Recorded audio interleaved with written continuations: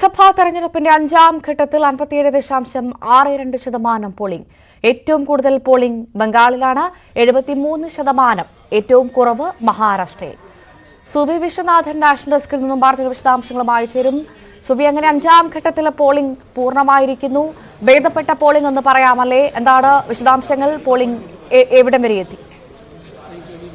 ഭവ്യ, ലോക്സഭാ തെരഞ്ഞെടുപ്പിന്റെ അഞ്ചാം ഘട്ടത്തിൽ എത്തി നിൽക്കുമ്പോൾ വോട്ടർമാരിൽ നിന്ന് ആവേശം കുറഞ്ഞ ഒരു പ്രതികരണമാണ് ലഭിക്കുന്നത്. രാജ്യമൊട്ടാകെയുള്ള ഉഷ്ണതരംഗം ഇതിന് കാരണമായി ഒരു വിലയിരുത്തൽ ഇലക്ഷൻ കമ്മീഷന്റെ ഭാഗത്തു നിന്നുണ്ട്.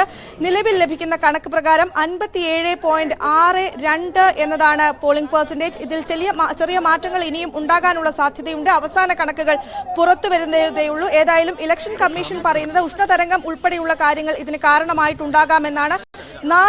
ഇത് അഞ്ചാം ഘട്ടമാണെങ്കിൽ കഴിഞ്ഞ 4 ഘട്ടങ്ങളിലും 60-ന് മുകളിലാണ് പോളിംഗ് പെർസെന്റേജ് രേഖപ്പെടുത്തിയിരുന്നത്.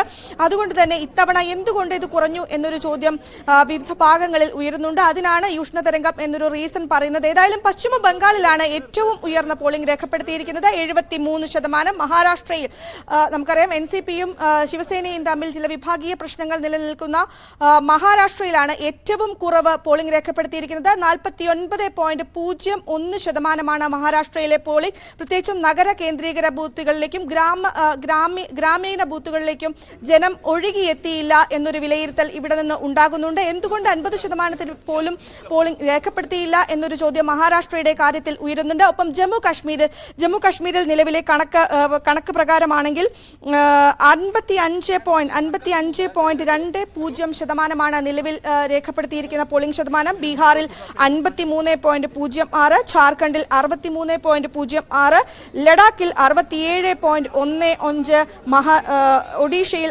61.10, ഉത്തർപ്രദേശിൽ 57.79%, വെസ്റ്റ് ബംഗാളിൽ നമ്മൾ നേരത്തെ തന്നെ പറഞ്ഞു 73.06% ഏറ്റവും ഉയർന്ന പോളിംഗ്.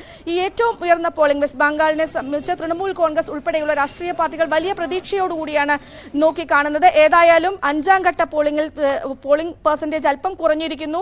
ഒരു ഭേദപ്പെട്ട പോളിംഗ് എന്ന് നമുക്ക് സാധാരണഗതിയിൽ ഈ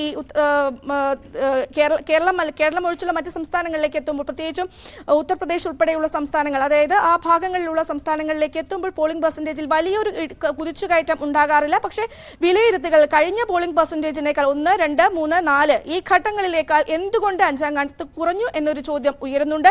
ഏതായാലും അവസാന കണക്കുകൾ ഇലക്ഷൻ കമ്മീഷനിൽ നിന്ന് പുറത്തു വരുന്നതേയുള്ളൂ. ഭവ്യ. ശരി, നാഷണൽ ഡെസ്കിൽ നിന്നും സുബി വിശ്വനാഥനാണ് വിവരങ്ങൾ പങ്കുവച്ചത്.